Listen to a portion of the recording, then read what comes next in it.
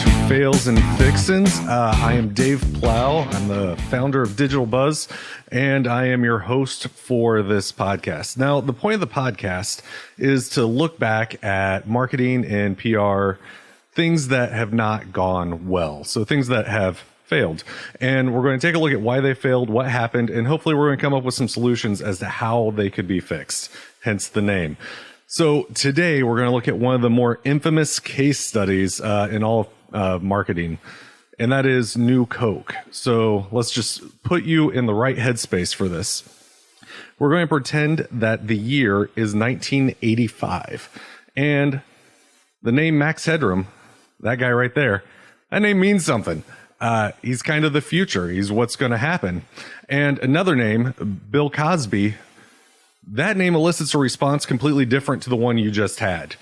He's not creepy. He's American's dad. Everyone loves him. And also, Pepsi is number 2 cola in the whole land. For some reason, that means something. So, we're in a weird place as a nation.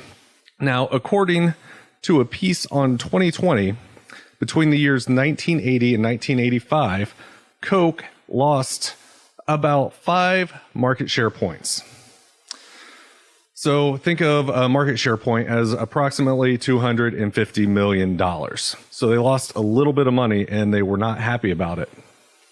Now, it wasn't a complete loss because some of that market share went to other Coke products. So like Diet Coke, which was a surprise hit, and also Cherry Coke, which came out that same year and was a surprise hit. However, throughout all the 1970s and the end of the 60s, Pepsi started creeping in. They started doing their thing. They were doing this thing called the Taste Test Challenge. And the Taste Test Challenge was a group of commercials that I couldn't get the rights to, where they would show people testing different colas and then saying which one they liked better. It was a blind taste test. And obviously, anytime someone chose Pepsi, that went on the commercial.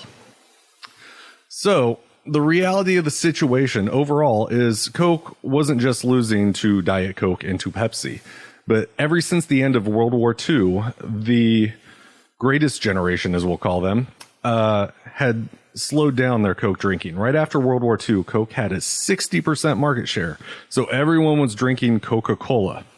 However, after World War II, as we approach the 80s, these people are getting older and they're getting a little bit rounder. Their bellies are growing, their health's declining, and they decide to make changes. They decide to start drinking things like juice and diet beverages. And thanks to the Pepsi Taste Test Challenge that we talked earlier, the younger kids, well, they started drinking some Pepsi.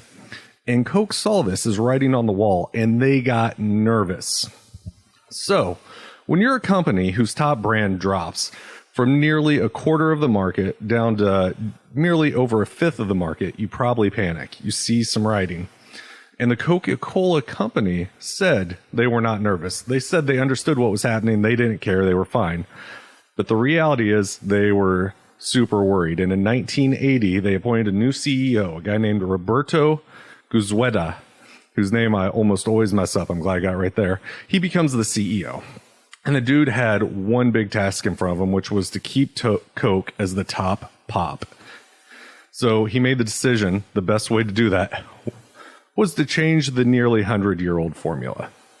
So if it ain't really broke, fix it. I still don't understand what his plan was, and I've studied this pretty in depth.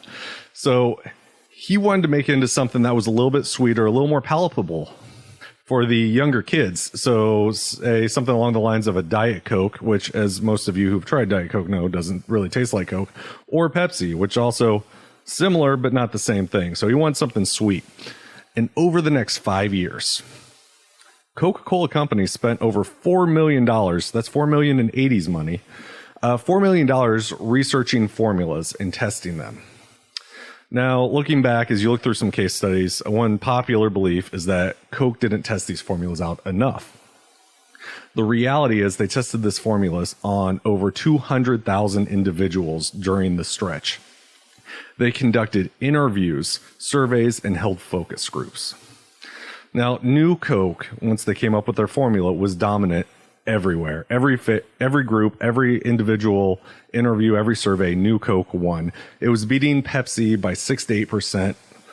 General cola drinkers, so people that just drink cola and don't care what it is, they call it cola. They're like, hey, I'll have a cola. Those guys, they chose New Coke 55% of the time. Loyal Coke drinkers, so think of like your crazy cousin or that uncle that has a Coke machine in his basement. Those people were choosing it 53% of the time. And in taste test, where it was labeled New Coke and recipients were told, hey, we're thinking about replacing Coke with this. So it's called New Coke. They're told they're going to replace it. These people try it, and it wins 61% of the time. People said, yeah, let's do that. Let's try something different. So the market research after it launched even showed that it was preferred over Old Coke by 53%. So with all of this research, Coke hoped to make an immediate splash.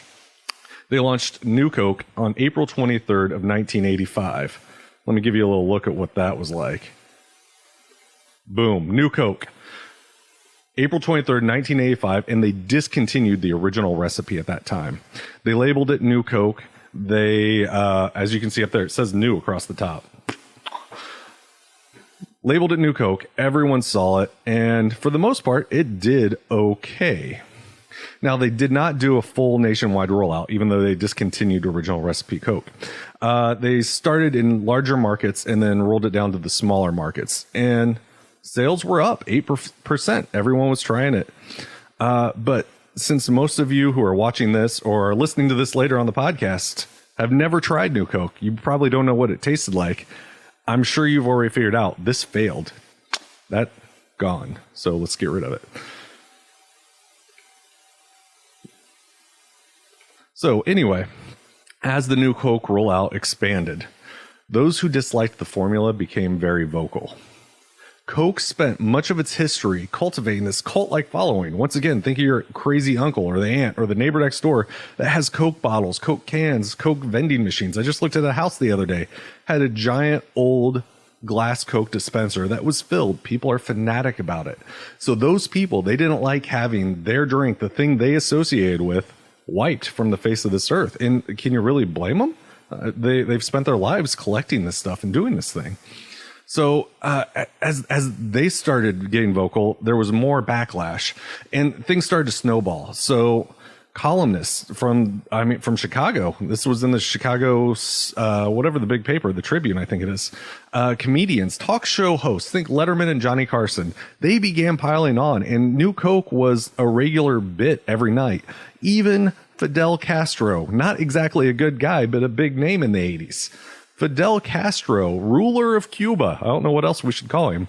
He was a longtime Coke drinker and a Coke fan, and he referred to Coke, New Coke, as a sign of American capitalist decadence. So, Coke was in a bad spot here. People were not happy. In fact, before Coke had a chance to expand to the international market, the market just said, no thanks, don't do it. We're good. So New Coke never even reached Mexico. Their bottlers refused to use it. And that was on the initial release. I should probably add that. There's a little history spin here. So as the markets were speaking, Pepsi began piling on. And they declared that they had won the Cola Wars. Because once again, Cola Wars was a thing. So they created an ad campaign around New Coke where cola drinkers were trying it. And one of them was declaring, the one they used the soundbite of, now we see why Coke changed. And an internal memo sent out by Pepsi CEO Roger Enrico stated, after 87 years of going at it eyeball to eyeball, the other guy just blinked. So yeah, Pepsi felt pretty good about this. All in all, at the end of the day, New Coke fully replaced original Coke for a total of 78 days. We're looking at less than 3 months here. Now, I want to get you hear me saying that New Coke was protested. We're talking nightly news segments. So this picture here, that picture there, that's from a nightly news segment. That's from a rally against New Coke. People, this was a big deal. I was alive in 85. I remember this. It was every news segment every night. So, Coca-Cola executives announced the return of the original formula on July 11th. It was such a big deal that ABC News interrupted General Hospital, which I know soap operas aren't big now, but they were huge then, interrupted General Hospital with breaking news that the original formula was coming back. And by the end of the 1985, New Coke's market share was down to only 3%. Meanwhile, the rebranded original formula, now known as Coca-Cola Classic instead of Coke, was in the top spot as a pop. It's really hard to say. So both stayed in the market as both stayed in the Coca-Cola market. New Coke was branded as Coca-Cola, and the original formula Coke was Coca-Cola Classic until about 1990, which they did away with New Coke and they rebranded it as Coke 2, where it stayed on shelves for another 12 years. It wasn't until 2002 that Coke 2 was finally officially discontinued. By that point, it was available in Mexico and internationally. And in fact, if you ever had Coke 2, chances are you got it from some no-name grocery store that was a mom and pop store, because none of the big chains carried it, at least none of the ones that I'm aware of. So we have all of this market info. We know kind of what went wrong. We've heard it. I can probably get rid of that picture of the protest now. But we see how the people have spoken out against this. So what could we have done? What could we have changed? How do we save this from being the story of 1985? Because yes, Coca-Cola, for some reason, was the story of 1985. Another question is, do we even want to? At the end of the day, Coke generated enough press and free pub to more than justify that $4 million, in 1980 money, $4 million investment. Now, for the sake of this show, let's assume New Coke is more valuable as a brand that's still alive and vibrant today. So we're going to assume that having New Coke around now is worth more than the renewed interest in Coca-Cola Classic, which, let's face it, Coke Classic ruled the Pepsi war or the cola wars for the next, 20, 30 years until now, really. So let's take a look at their research. Tested it on over 200,000 people and found it to be pretty well liked. Some theories are that they were asking the wrong questions. So in their focus groups and their interviews, maybe they weren't asking the right questions. Maybe people didn't realize that they were going to lose Coke Classic forever. I don't believe that, because to paraphrase, they said, would you be okay if this replaced Coke? And people said yes. A lot of people said yes. So I'm throwing that theory out. For the what went wrong answer, I'd like to focus on the focus groups. These were groups of 8 to 12 people. And in those focus groups, 10 to 12% approximately were completely against New Coke. They didn't want any change at all. So what they found and what they dismissed was that in those groups that held someone or two people even that didn't like New Coke, the entire group changed. Like, everyone turned against it. As soon as somebody spoke up and was like, hey, this is bad, we don't like this, the whole group turned. And Coke, probably somewhat correctly, decided this was a case of a vocal minority. So they thought it was like, there's a couple people here that don't like this, so we're just going to go with them. They're bad. They don't know what they're talking about. Everyone else is fine. Even those who preferred New Coke were swayed by the vocal few that didn't. So if they'd preferred it before in the focus group and then someone spoke up, they were like, yeah, you know what? They're right. We don't want this. So for the long term, it probably would have been better had Coke not had this blunder. So let's say maybe, just maybe, Coca-Cola could have launched this as a second brand. Maybe you don't call it New Coke. Maybe you do call it New Coke and you just have it on the market. You have New Coke and Coca-Cola, which is how they ended up anyway. However, their CEO, Robert Gutierrez, said no, he was dead set against this idea. He did not want to have two different Coke brands, and he did not want to launch this new thing as a separate brand. He wanted it to replace. He wanted to make a splash, which he did, just not in the way he wanted to. So what could have been? What if New Coke had been handled maybe as a special release? And this is where this is what I think might have helped, might have worked. You take New Coke and you tell everyone the month of June. Let's take the month of June. Say, all right, all the month of June, we're going to replace your original Coke recipe with this new great thing. And it's a temporary release, so you're only going to have it for a little while. So be sure to get out, and try it. So people go out. Those people that don't want new Coke, don't want the thing to change, they probably stock up. So you get a little market boost here. And now you have this new recipe out there that people can try and see if they like before they have to buy, before they lose their original formula.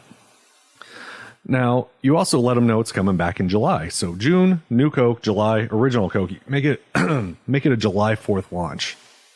So you have a big thing. You could brand Coca-Cola with the 4th of July and be like, hey, Coke Classic, America, fireworks, boom, bang.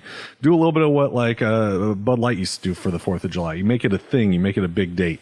So maybe that could have worked. And then if Coke 2 is successful at that point for that month, then you can be like, all right, well, we're going to bring it back next year. Or you say, okay, well, we're going to launch this. You guys have demanded it. We say you, the public, have demanded it. And then we can launch it as a separate second brand. Then you take the original formula and you use it as Coke Classic, which once again, going back, that's what happened anyway. So maybe that would have worked. Now, unfortunately, that didn't happen. None of those happened. They went with their idea to completely destroy Coca-Cola or to shut it down and go with new Coke. So by the time they decided to rebrand New Coke as Coke 2, it was already done. The public had decided that even though they liked New Coke at some point, we all said, hey, we've had enough of this. We don't want it anymore. This isn't what we came for. This isn't what we asked for. And as it is, Coke 2, may it rest in peace to the great cola gods in the sky. So that is it for today. That's all I got for you here on Fails and Fixins. I hope you have enjoyed this broadcast, and I hope you learned a little something from it. So this is a part of this. I'm Dave, once again, the CEO of Digital Buzz. This is the first broadcast of the Digital Buzz Podcast Network.